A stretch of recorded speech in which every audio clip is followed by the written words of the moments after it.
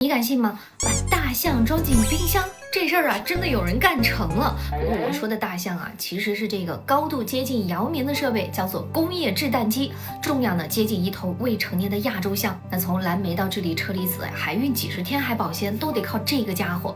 而方太硬是把这头大象呢压缩到了2.5厘米厚的一个派的大小，塞进了这台冰箱里面，几十天都能保鲜。那这个技术处理咱们家庭保鲜食材简直是 too easy 了。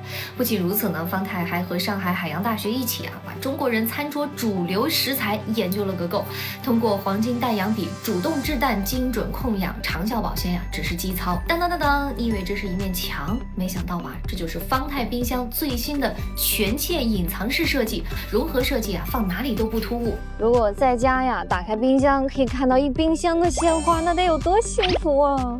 冰箱的细节呢也是拉满，开瓶的红酒呢可以竖着放，分区可调节，板材拆卸好打理。瞧见没？这里甚至可以放下一整个羊腿做家宴简直不要太方便了。这颜值和实用性我给满分。更牛的是，这款冰箱上市还不到1年，就干翻了 Mail、ASKO、Labor 等等这些国际大牌，拿下了2025 IF 设计金奖。